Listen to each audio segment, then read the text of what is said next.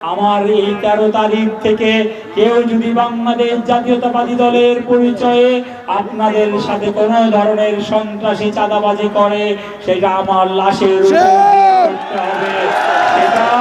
সেটা আমি অবশ্যই আপনাদেরকে বলতে চাই। আপনাদের জিম্মাদারি আমার, আপনাদেরকে আমি দিতে চাই। একবার সুযোগ দিয়ে দেখুন,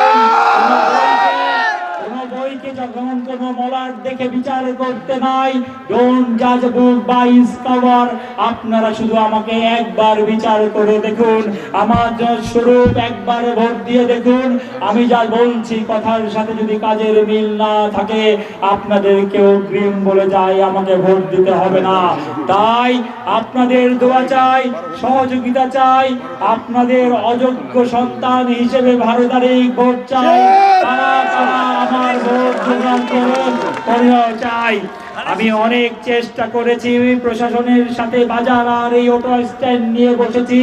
এই প্রশাসন আমাদের কথা শুনে নাই। তারা এই অটো স্ট্যান্ড ইজারা দিয়েছে। আমি বলেছি এই গরিব মানুষরা কোথায় যাবে? আপনাদের এই মঞ্চে বলে যাই, আমি সবাইকে ডেকেছি, কালকে থেকে ঈশ্বরগঞ্জের কোনো অটো আর এই 20 টাকা দিবে না।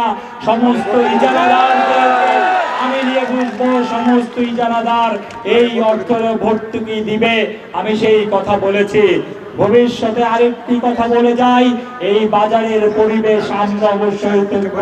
আর আপনাদের কাছে আপনাদের অযোগ্য সন্তান হিসেবে, বেগম খালেদা জিয়ার ক্ষুদ্র কর্মী হিসেবে, বেগম খালেদা জিয়ার ক্ষুদ্র কর্মী হিসেবে, জনাব তারেক রহমানের ক্ষুদ্র কর্মী হিসেবে আজকে আমি আপনাদের কাছে ধানের শীষে ভোট।